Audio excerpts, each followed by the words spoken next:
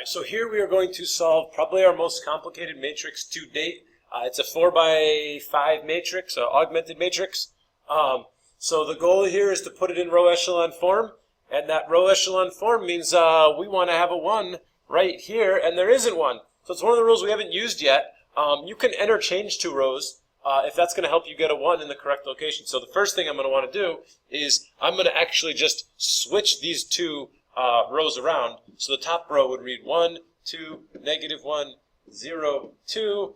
The bottom row underneath it, 0, 1, 1, negative 2, negative 3, 2, 4, 1, negative 3, negative 2. That's not changing. 1, negative 4, negative 7, negative 1, negative 19. All of those didn't change either. Okay, so now we're on to step 2 here. Okay. The goal is to get zeros in this space, all right? Meaning all of these we want to get zeros. Well, mission accomplished for our second row. So 1, 2, negative 1, 0, 2. Top row isn't going to change much. 0, 1, 1, negative 2, negative 3. Already had the 0 we wanted. So now the idea is, how do I get this 2 to be a 0? And the idea is I'm going to multiply the top row by negative 2. And then add it to the third row. So I'm going to multiply across here, and then I'm going to add it down to this number. So that's going to get the 0 here I want. Negative 2 times 2 is negative 4, plus 4 is 0. Good. Negative 2 times negative 1 is 2, plus 1 is 3. Negative 2 times 0 is 0, so the negative 3 is going to stay the same. Negative 2 times 2 is negative 4. Add it up with negative 2 and get negative 6. You should be doing these calculations yourself and double checking my work. Okay, the last part to this is trying to get 0 here. And the way you're going to do that, you're going to multiply the top line by negative 1 all the way across, add it to the bottom. So hopefully this is getting more and more straightforward. We get the 0 here we want. If I multiply, I get negative 2 plus negative 4, that is negative 6. Negative 1 and negative 1, negative 1 times negative 1 is 1. Minus 7 is going to be negative 6. Negative 1 times 0 is 0, so that stays negative 1. Negative 1 times 2 is negative 2, so that's total, when you add it with negative 19, is negative 21. Great, mission accomplished. I have my first leading 1 and all zeros underneath it. This is my first leading 1. Here I've got my second leading 1, and I want all zeros underneath it. To get that to happen, well, I've got it accomplished here. I need to work on getting more zeros in the bottom row. So again, there's a lot that's not changing now as we get closer to the end. 1, 2, negative 1, 0, 2, 0, 1, 1, negative 2, negative 3. None of those have changed. In fact, our third row didn't even change. What's going to happen in our last row is going to change. And the way we're going to do it is we are going to use the second row. I'm going to multiply the second row by 6, and then I'm going to add it down and combine it, and I should get the zeros in the first two locations. So, so far so good. I get my two zeros. 6 times 1 is 6. I'm going to get, a third 0. That was just coincidence.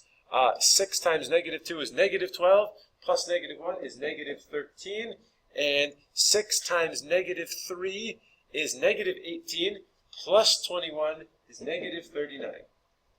Now this is almost row echelon form. The part about row echelon form is it has to have leading 1s. This is not a leading 1 right here. This is not a leading 1 right here. But all of our zeros, right? We have 6 zeros all in the correct places, right? That is making us very close to a row echelon form. To make this row echelon form, what we want to do is, well, how can I make this row, this third row, how can I make it have a leading 1 as a coefficient? Well, I'm going to divide everything by 3. Some people like to say it as multiply everything by 1/3. It doesn't matter. And in the bottom row, I'm going to do the same thing. I'm going to multiply by negative 1/13.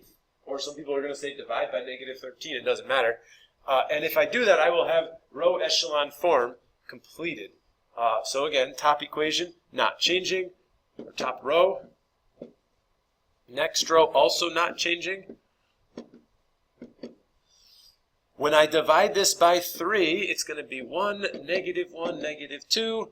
Last row, when I divide by negative 13, 0, 0, 0, that's going to be 1 and 3. So this is called row echelon form because we have all leading ones. And now I can use the back substitution that we have talked about in the last section. When you do it with a matrix, it's called Gaussian substitution, and I believe I did call it, that's what this term is right here. So here it's in the bottom equation. If we want to call this, if we call our rows x, y, z, we'll call this one a. Then we would know that a is equal to 3. That's right out of the bottom piece here. In our second equation, we would have z minus 3 equals negative 2. So I could say z equals 1 because I could add 3 to both sides. Now I have two pieces. I could fill that in. I could say y plus z, which I know z is 1. I know that minus 2 times 3, again, that's a 2 here. Minus 2 times 3 equals negative 3. So this equation here, let's get those out of the way.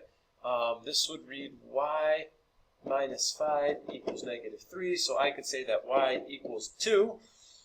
So using all of that substitution, in the very top here, I would be able to read x. I could write down plus 2y, but I'm just going to write plus 2 times 2. I could write down minus z, but I'm going to write down minus 1. And I could write down, well, plus 0. Plus 0a is still plus 0. So equals 2. Here it's x plus 3 equals 2. So we would say x equals negative 1. So the four parts to our solution, negative 1, comma, 2, comma, 1, comma, 3. That would be your solution to this augmented matrix. We are going to continue to work on row reducing and using matrices to solve systems when I next see you in class.